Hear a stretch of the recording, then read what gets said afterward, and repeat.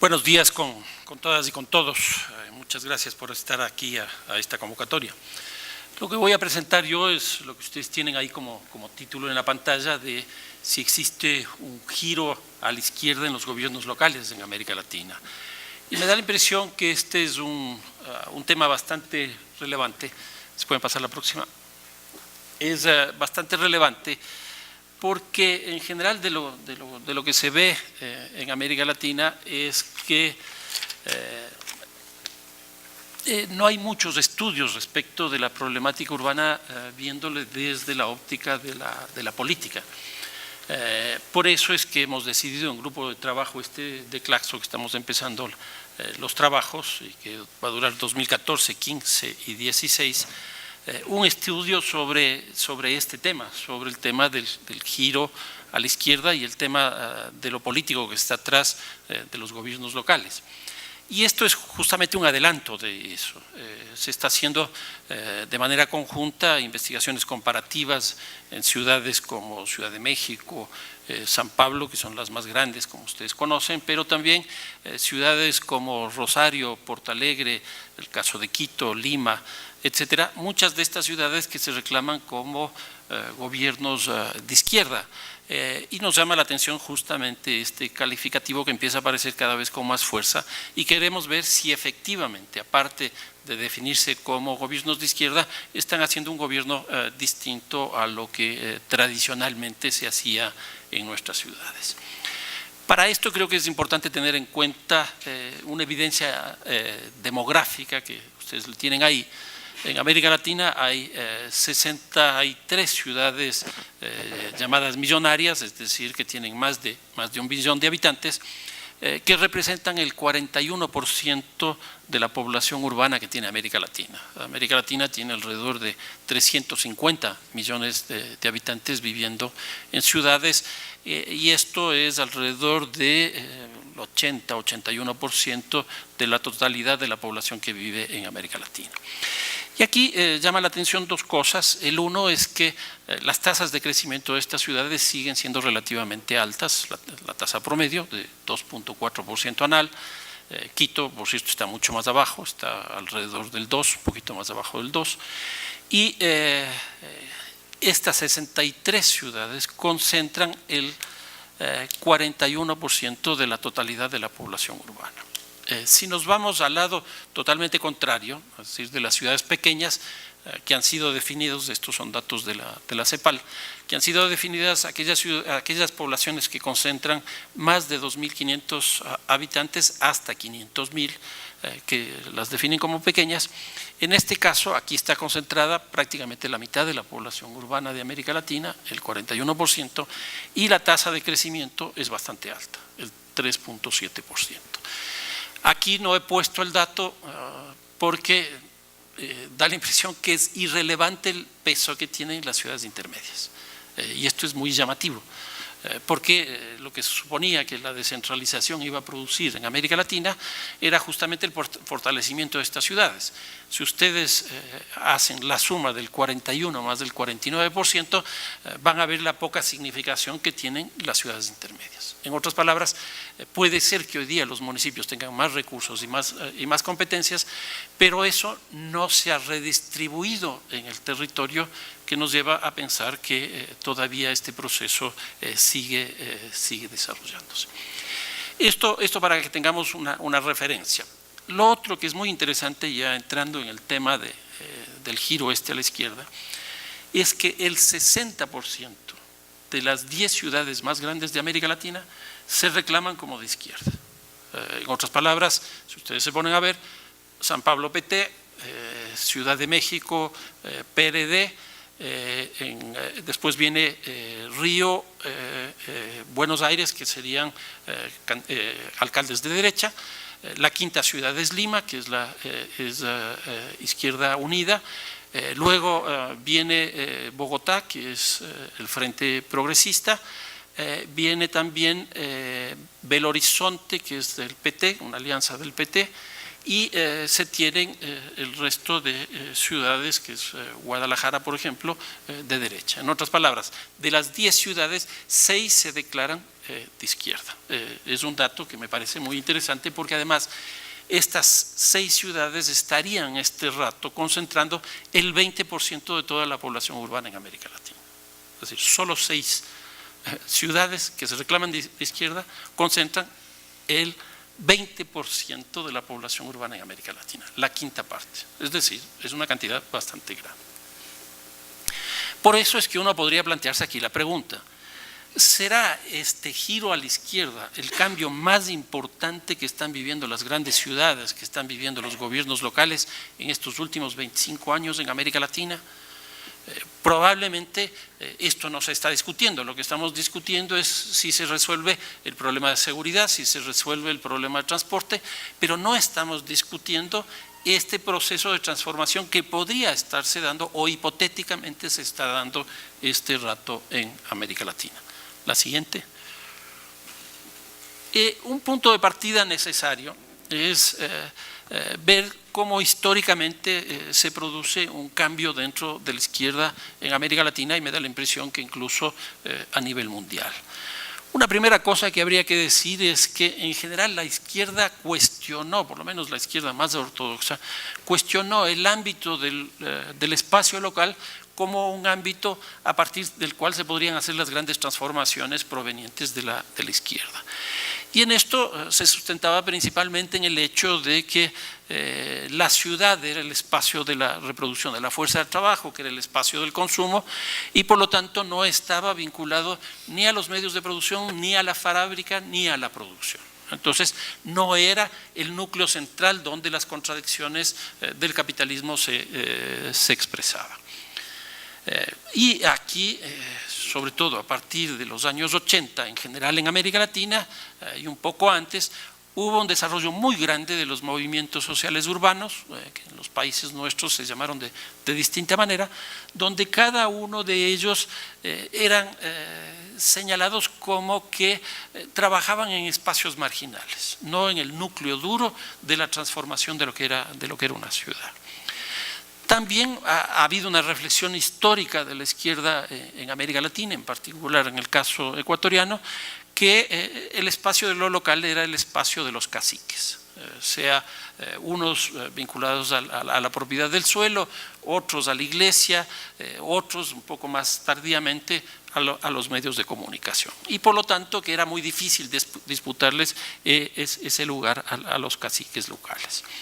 Y la otra reflexión que había, incluso por la propia definición de lo que es un municipio, lo que señalaban es que ese era un espacio de dominación de la vida cotidiana y por lo tanto no tenía sentido entrar a disputar ese escenario. Pero ¿qué es lo que pasa en los años 80? Y yo creo que esto sí es bien interesante y muy importante, que hay un cambio sustancial del municipio y por otro lado de la visión respecto de lo que es la ciudad. En ese sentido, a partir de los años 80 en América Latina empiezan a disputarse los gobiernos locales, básicamente municipios, y empieza a haber una disputa por la ciudad. La ciudad ya es un espacio donde movimientos sociales, sector inmobiliario, sector comercial empiezan a confrontarse. Y entonces aparecen obviamente visiones distintas de lo que es el municipio. Probablemente, muy esquemáticamente, se podría decir que una de las que más llamó la atención es aquella definición de lo municipal como lo más próximo a la sociedad, y en esa perspectiva la sociedad empezaba a reivindicarse y a representarse en el espacio de la escena local. Este tema de los servicios, el tema de la vivienda, el tema de los equipamientos, sobre todo porque América Latina a partir de los años 40 más o menos para acá había crecido con una fuerza muy grande sobre la base de migración rural urbana y sobre la base de invasiones, que empezaron a generar unas grandes demandas de inserción de esa población en la ciudad, en barrios periféricos, en pueblos, en villas miserias, en favelas, en barriadas populares, pueblos jóvenes, etcétera, con los distintos nombres que se conoce en América Latina. Y entonces, a partir de los años 80, empiezan a aparecer un debate respecto de los distintos modelos de ciudad, uno podría decir de URBs, toda la base material, los servicios, los equipamientos, la estructura urbana, pero también un debate respecto de la sociedad local, Civitas, por ejemplo, esto de los movimientos sociales, si es que reemplazan a la clase obrera, si es que los movimientos sociales urbanos tienen un peso como para generar impactos por la vía electoral o incluso por vías irregulares, como ha pasado en algunas ciudades de América Latina, y por otro lado también modelos distintos de gobierno. Si yo les pregunto a ustedes, si ustedes ven modelos distintos de gobierno, probablemente unos me dirán que sí y otros que no, porque se ha llegado a establecer, sobre todo desde la perspectiva de la cooperación internacional, prácticamente un tipo de gobierno de la ciudad a través de un tipo específico de municipio, que en la práctica, por lo que he visto, eso no es así. Siguiente. Entonces empieza a haber un cambio importante en esa coyuntura de los años 80, y aquí lo más significativo, yo diría, son dos elementos que están dentro de la misma situación, que es la reforma del Estado a partir de los años 80, el retorno de la democracia y la reforma del Estado bajo la égida del gran capital y la lógica esta neoliberal. Y aquí hay tres elementos que me parece que son fundamentales dentro de esta reforma del Estado de los años 80. Uno es el tema de la descentralización, que empieza a generalizarse con mucha fuerza en América Latina, y uno de los elementos interesantes desde la perspectiva metodológica de este giro a la izquierda es que el núcleo de la política nacional empieza a territorializarse. Ya no es solo la reivindicación respecto de lo nacional, llámese Congreso, Asamblea, pero todo el sistema parlamentario, y por otro lado ya no es la reivindicación exclusivamente sobre lo que significa el gobierno nacional.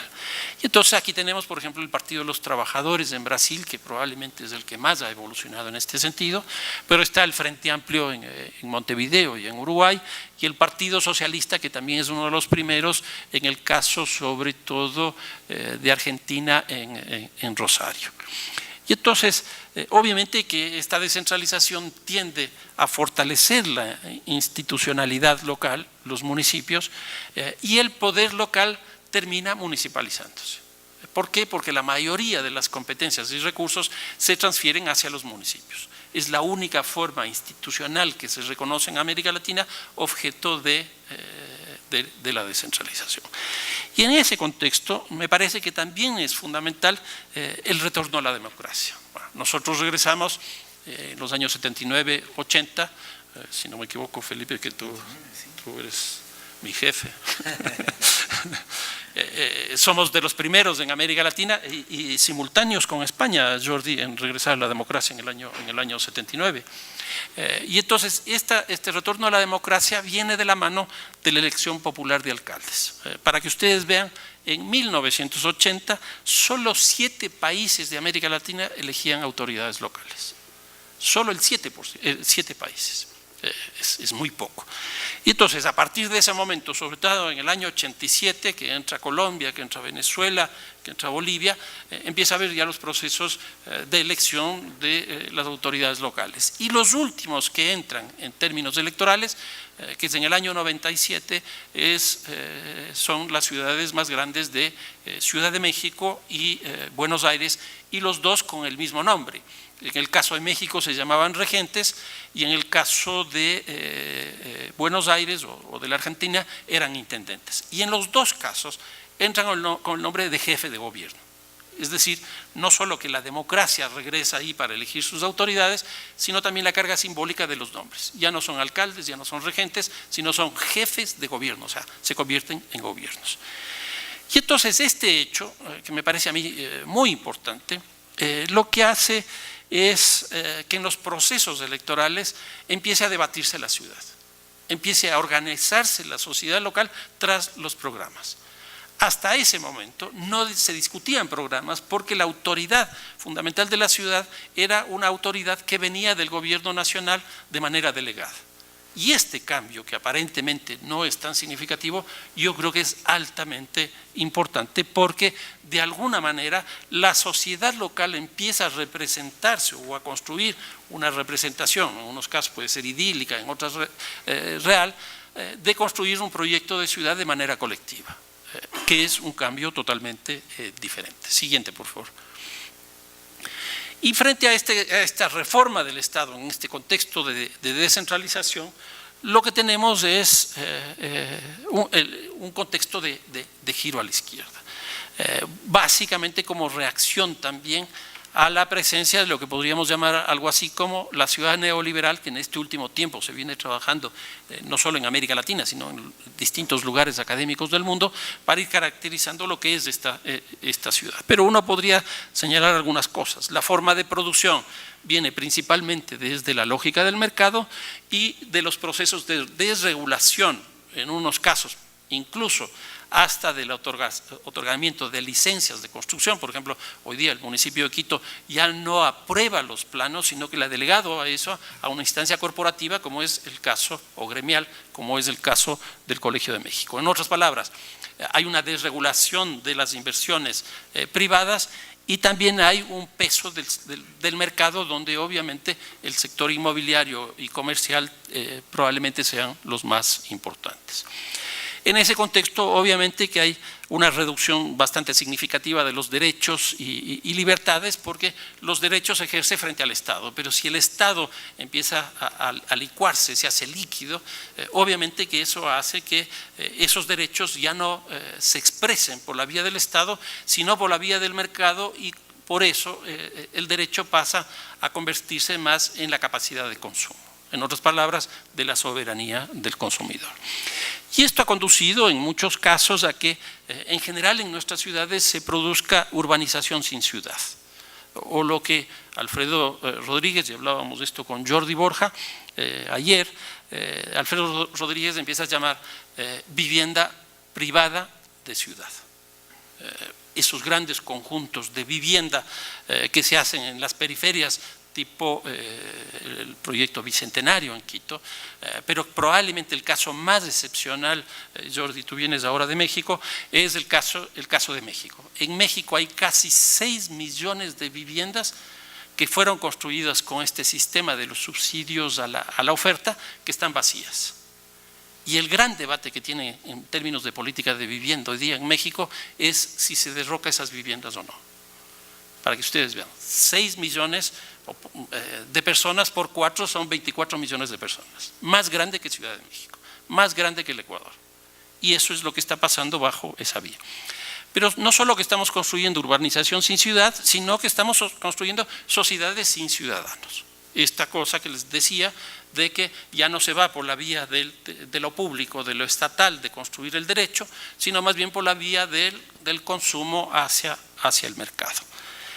Y entonces, obviamente que estas características lo que han producido son resistencias, y hay resistencias bastante importantes. Una es, obviamente, esta conformación de un capital social fuerte que se va generalizando en muchas ciudades. Quizás lo más importante que tenemos hoy día en América Latina sean estos movimientos brasileños que tienen una tradición histórica, incluso desde las comunidades eclesiales de base de la década de los años 60, y que tienen una tradición muy grande. El caso de Chile, del movimiento urbano popular de los años 70 con la presencia de Allende, etcétera, que hacen que esos actores se han ido consolidando con formas de representación, de crecimiento, de expansión, etcétera. Y ahí no solo que estos movimientos sociales, sino que también empezamos a ver paros cívicos. En el caso colombiano, que creo que es lo más significativo, como las ciudades se iban paralizando pidiendo agua potable, pidiendo energía eléctrica, accesibilidad, etcétera. Y entonces lo que tenemos hoy día, yo creo, espero no equivocarme, es que hay un retorno de la ciudadanía y cómo la ciudadanía empieza a representarse menos en los partidos políticos y mucho más en este tipo de movimientos. Nuevamente el caso más relevante me parece el caso brasileño. Prácticamente estos movimientos están contra del PT, contra el PSDB, etcétera, y toda la estructura partidaria brasileña, que han sido incluso los propios movimientos de estos los que construyeron su representación, entre comillas, dentro de los gobiernos locales del PT. Siguiente. Esta característica de esta ciudad neoliberal también, lo que está produciéndonos en general en América Latina es un paso de la segregación urbana tradicional que teníamos, unos casos por actividades, aquí el comercio, acá la industria, esta cosa de la zonificación que era clásica de la planificación física proveniente de la revolución industrial, de ir construyendo espacios cerrados entre sí para que sobre todo la población y la industria no estén conectadas, para que no se produzca esa erosión, sobre todo de la clase obrera que nos contó en su época Engels.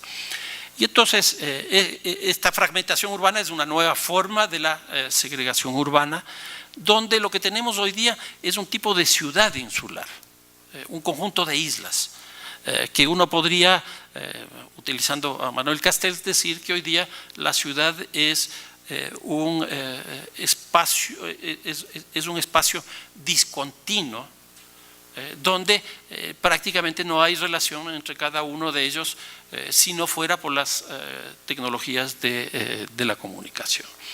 Y entonces aquí tenemos distintas formas de esta ciudad insular. La una, que quizás desde la perspectiva y óptica de lo político son probablemente las más interesantes, es el caso de Lima y Santiago. Santiago, por ejemplo, son 54 comunas. Todo el área metropolitana de Santiago son 54 comunas, es decir, 54 municipios. Aquí no hay una sola unidad política de gestión del área metropolitana. Esta fue una parte herencia de la época de Pinochet, que trajo la experiencia de Londres de la época de Margaret Thatcher. Pero luego tenemos el caso de Lima, que es bastante parecido. Tiene dos provincias, la provincia de Lima y la provincia constitucional, como ellos dicen, del Callao, que llama la atención esto de constitucional, porque eso querría decir que Lima no es constitucional, pero bueno. Entonces tenemos dos provincias y dentro de eso hay 46 municipios distritales. Por eso es que hoy día la alcaldesa de Lima es alcaldesa provincial y el resto son alcaldes distritales.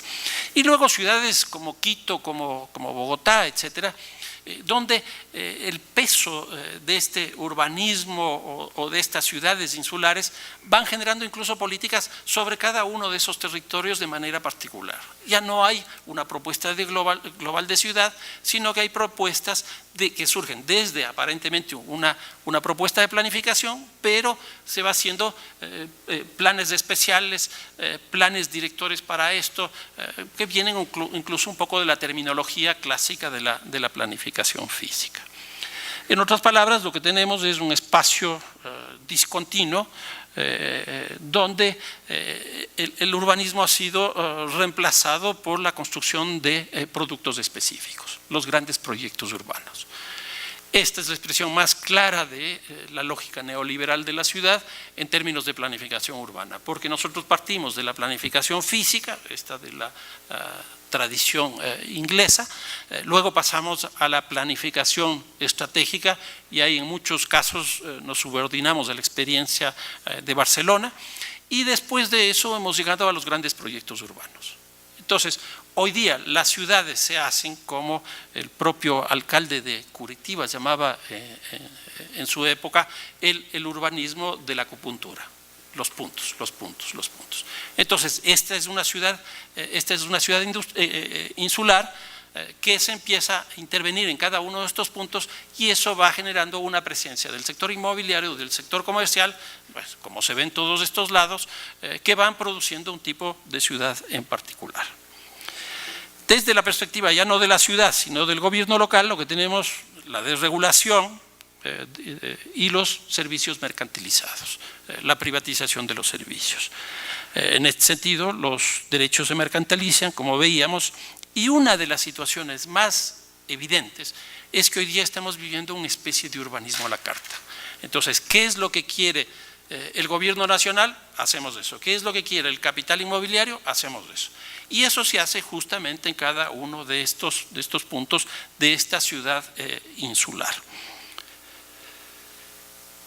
Pero por otro lado, frente a esta ciudad neoliberal aparece la ciudad de lo público. Y entonces es lo público desde el gobierno, que viene en consonancia con el retorno de lo público a nivel nacional, pero también desde la ciudad empezando a asignarle un peso bastante importante a lo que es el espacio público. Y aquí se produce, si se quiere, este juego dicotómico entre la ciudad neoliberal y la ciudad de lo público. Mientras la ciudad de lo público genera un gobierno de totalidad, la ciudad neoliberal es básicamente de servicios. Mientras el uno, la nomenclatura, es jefe de gobierno, porque es un gobierno, y en el otro lado más bien es un gerente. En el caso colombiano, a los alcaldes les gusta que les llamen gerentes y a la cooperación internacional también le gusta que todos los alcaldes se llamen eso porque son más eficientes, etc. Una tercera característica que me parece que es muy importante y que muy poco se ha trabajado es la diferencia entre impuestos y tasas. Impuestos son de los gobiernos locales y las tasas son más el pago por una contribución que proviene del agua potable, de la energía eléctrica, es decir, de los servicios, con lo cual se pierde este contenido de ciudadanía. Bueno, me quedan 5 minutos y todavía no entro al tema. Este giro a la izquierda, quizás dos momentos que son importantes. Uno primero, que se ve claramente que inicia en la década de los años 80 y yo creo que el caso más emblemático y primero es el de Lima con Alfonso Barrantes en el año 83. Aquí su esquema principal de actuación era lo que se llamó el vaso de leche, alrededor del cual se construyó la organización popular de la barriada, la lógica de la ciudad para todos, etcétera, que ellos planteaban. Luego está en el año 89 el caso de Porto Alegre, que probablemente lo más significativo sea esto del presupuesto participativo, que para que vean lo paradójico, es una experiencia muy interesante que después empiezan a ser cooptados incluso los técnicos de Porto Alegre para ir al Banco Mundial y al Banco Interamericano de Desarrollo y regresa a América Latina absolutamente limpio, una propuesta técnica donde lo político no existe. Y hoy día no hay ciudad en América Latina que no se reclame que esté haciendo presupuesto participativo. Luego está el caso de Montevideo con la descentralización intraurbana, el caso de Rosario con el plan estratégico, y aquí lo interesante fue la constitución de la asamblea de la ciudad. En otras palabras, el primer momento de este giro a la izquierda, yo diría que tuvo un peso en lo ciudadano, tuvo un peso en la sociedad, más que en el aparato municipal. Si ustedes se ponen a ver estos 4 casos, eso es lo que nos está mostrando. El segundo momento, y yo creo que aquí el segundo momento es básicamente el caso de las 3 capitales de las ciudades andinas, Lima, Quito y Bogotá, es en consonancia de una manera mucho más fuerte con el retorno de lo público, no desde la perspectiva de la sociedad, no desde la perspectiva de la ciudad, sino desde el Estado. Y entonces está el caso de Quito, por ejemplo, con la eliminación de la cooperación público-privada, el caso de Bogotá con la basura y la movilidad, y el caso de Lima con la movilidad y de los derechos sociales. Por cierto, ayer leía un informe, en Lima están construyendo el metro tiene 30 kilómetros y vale 6.000 millones de dólares. Aquí cuesta 23 kilómetros, vale 1.500 millones de dólares. ¿Qué? Bueno, no escuché.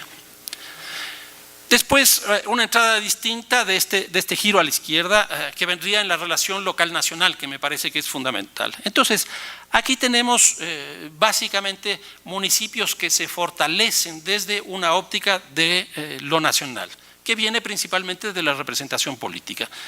Está los casos más emblemáticos, llamémoslo así, de Venezuela y Ecuador. El caso de Venezuela en el 2009, la mesa democrática, es decir, la oposición, solo tenía el 20% de municipios, de los 335 que tiene Venezuela. Es decir, el 80% de los municipios venía del gobierno de Chávez. Y esto es producto del arrastre de los procesos electorales sucesivos que hubo en Venezuela, que fue consolidando desde lo nacional un copamiento del territorio nacional. Las primeras elecciones de gobiernos municipales en la época de Chávez fue en el año 2005 y era una proporción relativamente igual. De lo que estuve viendo ayer, alguna información, da la impresión que esto como que se estaría terminando.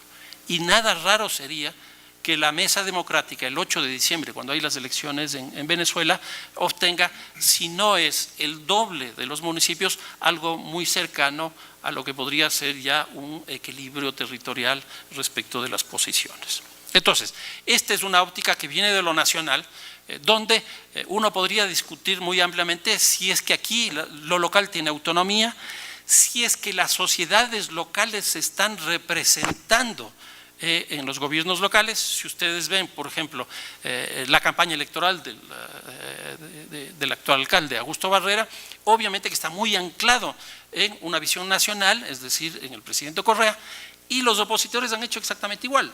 Se están disputando cuál es más opositor a Correa que definir qué es lo que hay que hacer en la ciudad de Quito para lograr una representación. En otras palabras, tanto la oposición como el oficialismo hoy día están muy inscritos en la óptica nacional, y en lo nacional se viene abajo.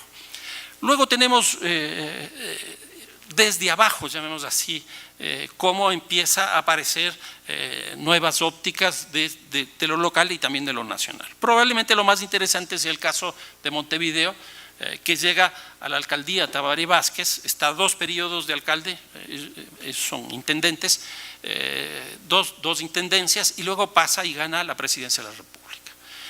Después la presidencia de la República gana Pepe Mujica, y ahora en las próximas elecciones parece que va a volver nuevamente Tabaré Vázquez a la presidencia. Mientras tanto, la izquierda, el Frente Amplio, ha seguido gobernando en la municipalidad de Montevideo. Aquí, por conversaciones que he tenido con amigos de Montevideo, como que se está agotando ya la iniciativa, la propuesta de izquierda frente a la ciudad, como que se ha burocratizado, como que ya no hay cosas nuevas, etc.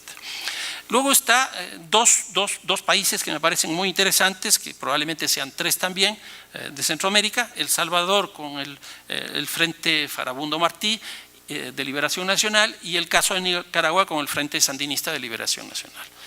Aquí, por el conflicto que se ha vivido, y el otro caso podría ser obviamente Guatemala, pero con un signo político distinto a nivel nacional, pero aquí da la impresión que por el conflicto que hubo militar tan largo ahí, lo que ocurrió es que se fueron consolidando territorios de los 2 frentes, el sandinista y el de Farabundo Martí, que posteriormente, cuando se llegan a los acuerdos de paz, por la vía electoral logran captar esos municipios. Entonces, obviamente que hay una visión distinta aquí. Está el caso de Brasil, me parece que es quizás el de los más interesantes, porque este es el único caso nacional. Porque, por ejemplo, en el caso de México es casi solo Ciudad de México. En el caso de Brasil sí es un fenómeno nacional.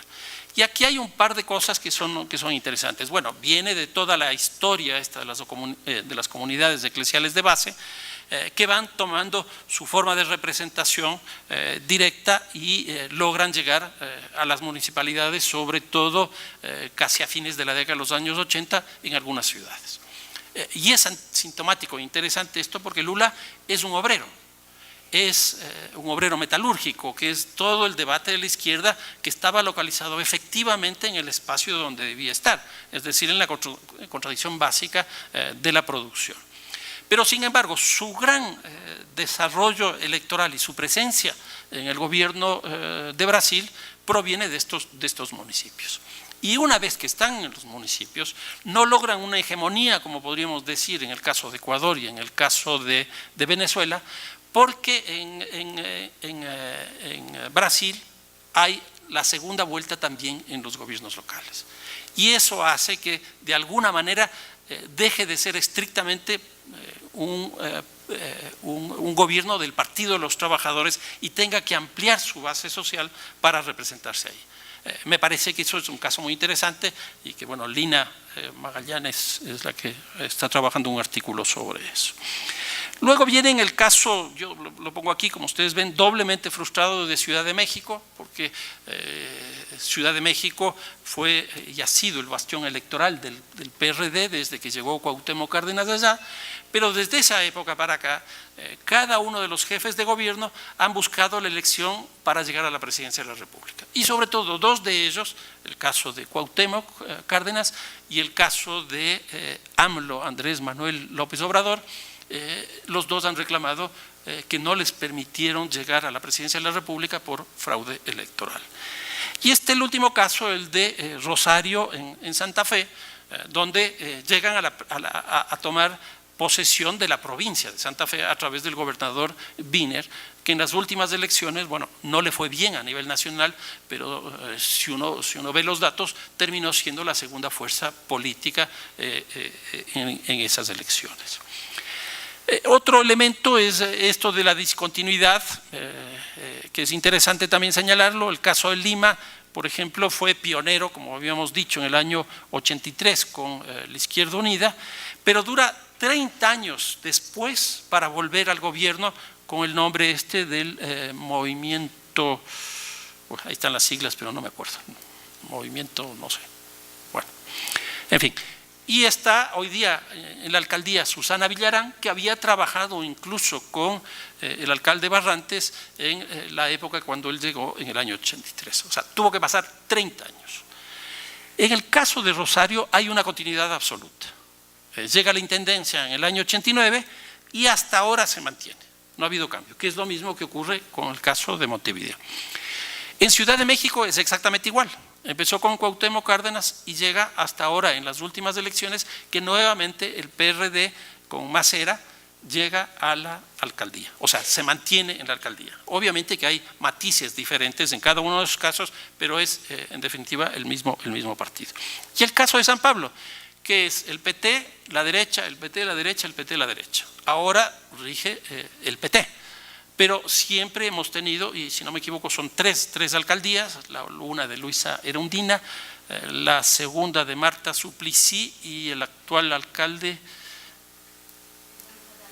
Fernando Haddad, que hace esta cosa de ir y venir.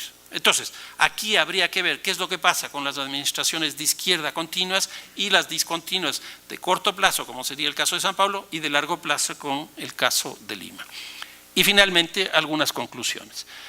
Obviamente la pregunta inicial no se responde, es difícil responderla, espero que con este libro que saldrá en febrero lo podamos resolver, si existe efectivamente un giro a la izquierda en los gobiernos locales y si hay una cierta articulación de los proyectos locales con los proyectos nacionales. Daría la impresión que si es que esto ha ocurrido, este sería el gran cambio que se está viviendo en la ciudad de América Latina. Y tendríamos que empezar a trabajar mucho más la política en el nivel local que toda esa cosa tecnocrática de educación, salud, etcétera. También lo que hemos visto, y en estos días con mucho más fuerza, que las ciudades se han convertido en escenarios incluso del conflicto nacional. Probablemente el más próximo sea el de Buenos Aires en las últimas elecciones. A la larga, el que ganaba Buenos Aires iba a ganar las elecciones argentinas. Y por eso es lo que se vio en la Argentina, que fue una cosa muy paradójica, que todos ganaron.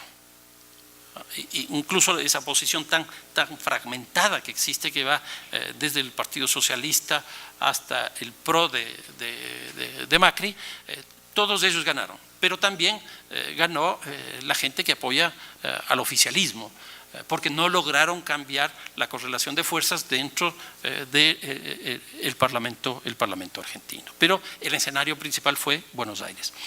Yo creo que el caso de Lima es exactamente igual.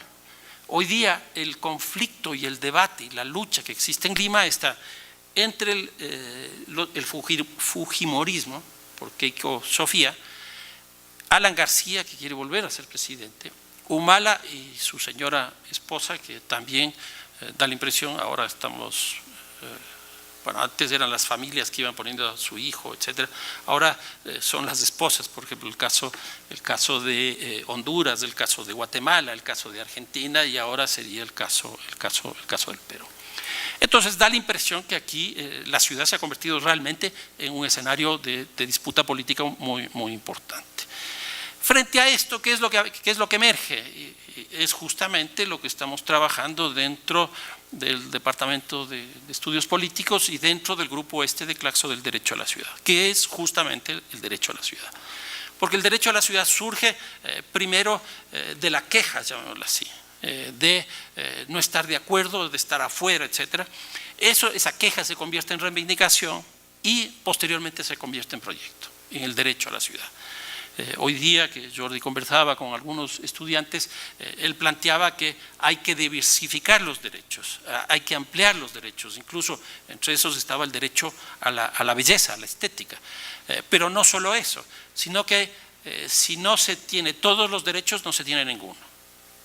Porque él mismo decía, podemos tener vivienda, pero si no tenemos trabajo, pues hasta ahí llegamos. O podemos tener vivienda, pero si no podemos ir al trabajo, pues también ahí quedamos. Entonces, da la impresión que esto del derecho a la ciudad, que ya está constitucionalmente normado en el Brasil y que está también normado en la Constitución del Ecuador, tiene estas tres condiciones. Es una especie de queja, una desesperación, un grito, llamémoslo así, se convierte en una reivindicación y posteriormente se convierte en un proyecto de ciudad.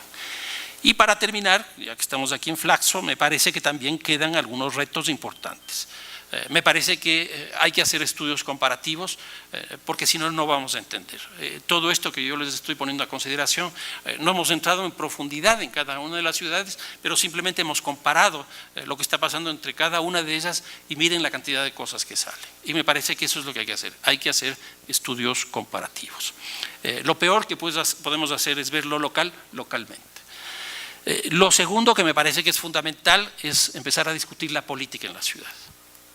No puede ser que sigamos con esas visiones tecnocráticas de usos de suelo, de más, menos, pasos a desnivel, etcétera, etcétera. Yo creo que la ciudad se ha politizado, incluso su propio nombre de polis nos induce a pensar desde la perspectiva política. Y lo último que me parece que es fundamental es que me da la impresión que la izquierda en general no tiene buenos cuadros para administrar la ciudad. Y en esto me parece también que en general las universidades no han sido capaces de formar técnicos con una visión distinta. Mucho estamos trabajando, por ejemplo, ahora con el retorno de lo público, seguimos pensando que la planificación urbana que debemos hacer es aquella que aprendimos en los años 80, 90.